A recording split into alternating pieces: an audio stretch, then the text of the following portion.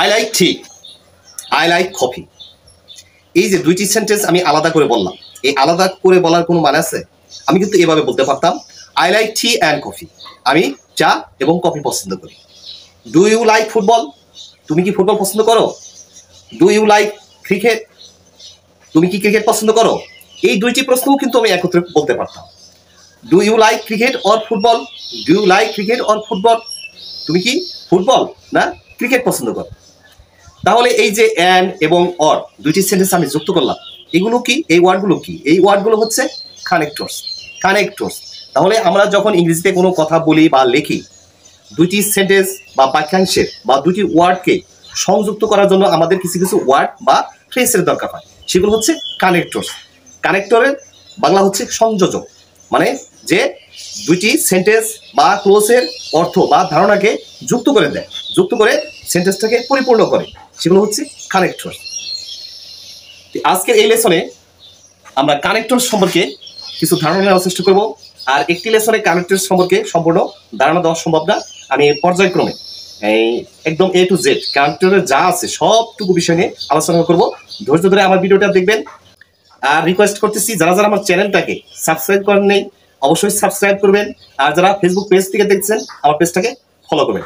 আর যদি ভিডিওটা ভালো লাগে লাইক কমেন্ট, অ্যাটলিস্ট একটা কমেন্ট করে যাবেন। Okay dears, let's get start. প্রথম সেন্টেন্স কি লিখছি দেখেন তো, he was late he apologised.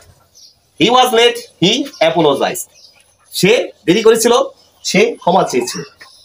এখানে কিন্তু দুইটি পরিপূর্ণ বাক্য, এটাও একটা পরিপূর্ণ বাক্য, এটি। এখন এই দুইটি সেন্টেন্সের অর্থ বা আইডিয়া বা ধারণাকে আমি একত্রে কিন্তু সংযুক্ত পারি। কি করতে পারি দেখেন, হি ওয়াজ লেট আমরা বাংলায় চিন্তা করি সে দেরি করেছিল। এখন বাংলা কোন শব্দটি মিলে আমি এই শব্দের অর্থের সাথে সংযোগ করতে পারবো? আমি তাই ব্যবহার করতে পারি, তারপরে সুতরাং ব্যবহার করতে পারি। তাহলে বলতে পারি he was late so he apologised. সে দেরি করেছিল তাই ক্ষমা চেয়েছিল। আবার যদি দেয়ারফর ব্যবহার করি, he was late therefore he apologised. সে দেরি করেছিল সুতরাং সে ক্ষমা চেয়েছিল। তাহলে এখানে সো এবং দেয়ারফর হচ্ছে কানেক্টরস। কানেক্টরস এই দুটি ওয়ার্ডস হচ্ছে কানেক্টরস। পরবর্তী সেন্টেন্সটা দেখি, হি ইজ রিচ সে ধনী লোক। He is not arrogant. He is rich he is not arrogant. সে ধনী লোক, সে অহংকারী নয়। আমরা অ্যারোগেন্টের পরিবর্তে ভ্যানগ্লোরিয়াস শব্দটা ব্যবহার করতে পারি, অহংকারী। এখন এই বাংলা অর্থের সাথে মানে প্রথম বাক্যের বাংলা অর্থের সাথে এই দ্বিতীয় বাক্যের বাংলা অর্থের সাথে আমরা কোন বাংলা শব্দটা নিলে এই দুইটি সেন্টেন্সের অর্থের সাথে মিলবে দেখেন। আমি যদি বলি সে ধনী কিন্তু সে অহংকারী নয়, তাহলে আমরা বাট ব্যবহার করতে পারি। But he is rich but he is not arrogant. He is rich but he is not arrogant. সে ধনী কিন্তু অহংকারী নয়।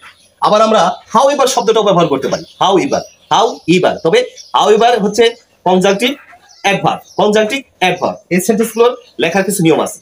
আমি যদি বলি হি ইজ রিচ, এখানে ফুল স্টপ দিতে পারি অথবা একটা সেমিকোলন ব্যবহার করতে পারি। তাহলে হাউ এভার দিয়ে আমার একটা কমা ব্যবহার করতে হবে। However he is not arrogant, তবে সে অহংকারী না। মানে he is rich however he is not arrogant. সে ধনী তবে সে অহংকারী না। তাহলে আমরা এখানে হাউ এভার ব্যবহার করতে পারি, বাটও ব্যবহার করতে পারি। পরবর্তীটা দেখি, আই ওয়াজ বিজি আমি ব্যস্ত ছিলাম। আই ডিডন্ট রিপ্লাই আমি উত্তর দিইনি। আই ওয়াজ বিজি এখানে কিন্তু কজ এবং ইফেক্ট বোঝাচ্ছে। মানে দেখে আই ওয়াজ বিজি এটা হচ্ছে কজ এবং আই ডিডন্ট রিপ্লাই এই ব্যস্ততা থাকার কারণে আমি উত্তর দিইনি। তাহলে এই যে কজ এন্ড ইফেক্টকে যদি আমরা একত্র করতে চাই তাহলে কি কি কানেক্টরস আমরা ব্যবহার করতে পারি? আমি বলতে পারি I was busy that is why I didn't reply. I was busy that is why I didn't reply. আমি ব্যস্ত ছিলাম যার কারণে আমি উত্তর দিইনি। আর কি ব্যবহার করা যায়? সো ব্যবহার করতে পারি। I was busy so I didn't reply আমি ব্যস্ত ছিলাম তাই উত্তর দিইনি।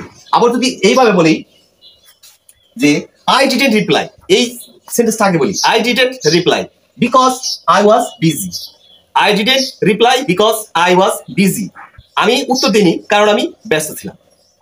তাহলে এই যে কি ব্যবহার করলাম আমি, that is why, তারপরে so, lastly because, এই তিনটি হচ্ছে কানেক্টরস। কানেক্টরস মানে সংযোজক। ইট ওয়াজ রেনিং, বৃষ্টি হচ্ছিল। উই ওয়েন্ট আউটসাইড, আমরা বাইরে গেছি। এখন বৃষ্টি হচ্ছিল, আমরা বাইরে গেছিলাম। এই যে দুইটি বাংলা বাক্য, এর সাথে বাংলা কোন শব্দটি যোগ করলে এই দুইটি বাক্যের অর্থকে পরিপূর্ণভাবে দাঁড় করানো যাবে? বৃষ্টি হচ্ছিল তবুও আমরা বাইরে গেছিলাম, তাহলে আমরা কি বলবো? It was raining however we went outside. কিন্তু আগে বলছি হাউএভার হচ্ছে কনজাংটিভ অ্যাডভার্ব। এই প্রথম সেন্টেন্স লেখার পর হয় আমাকে সেমিকোলন দিতে হবে অথবা ফুল স্টপ, তারপরে কনজাংটিভ অ্যাডভার্ব, এরপরে একটা কমা ব্যবহার করতে হয়, তারপরে পরবর্তী ক্লোজ। এখন আমরা বাটও ব্যবহার করতে পারি। It was raining but we went outside. It was raining but we went outside, বৃষ্টি হচ্ছিল কিন্তু আমরা বাইরে গেছি। তাহলে এই যে চারটি সেন্টেন্সে আমি ভিন্ন ভিন্ন কানেক্টরস ব্যবহার করলাম। আমরা বিভিন্ন কারণে এই কানেক্টর ব্যবহার করতে পারি, বিভিন্ন ধাপ আছে। যেমন পারপোজ মানে উদ্দেশ্যে, তারপরে cause and effect, cause and effect কারণ এবং ফলাফল। কন্ট্রাস্ট, কন্ট্রাস্টের আবার দুইটা রূপ আছে। কন্ট্রাস্ট হচ্ছে বিপরীত, normal contrast and unexpected contrast. Time, টাইমের ক্ষেত্রে কিছু কিছু ওয়ার্ড আছে, সেগুলো আমরা ব্যবহার করতে পারি। যে বিভিন্ন ধাপে ধাপে আমাদের এগুলো শিখতে হবে। এর পরবর্তী লেসনে আমি কম্পাউন্ড সেন্টেন্সে আমরা কি কানেক্টরস ব্যবহার করি সেইটার উপরে আমি পরবর্তী ক্লাসটা নেব। কানেক্টরের উপরে এটি হচ্ছে আমার প্রথম long video. Step by step আমি এই কানেক্টরের উপর ভিডিও তৈরি করতে থাকবো, একদম A to Z আমি আলোচনা করব। সে পর্যন্ত আমার সাথে থাকবেন। আর যদি ভালো লাগে, আগেও বলছি এখনো বলতেছি, যদি ভিডিওটা ভালো লাগে তাহলে লাইক কমেন্ট শেয়ার করবেন। আর যারা যারা সাবস্ক্রাইব করেন নাই তারা আমার চ্যানেলটাকে সাবস্ক্রাইব করবেন এবং পেজ থেকে দেখলে অবশ্যই পেজটাকে ফলো করে রাখবেন। আর কোন ধরনের ভিডিও আপনি দেখতে চান বা শিখতে চান সেটা আমাকে জানাবেন। Thanks for watching.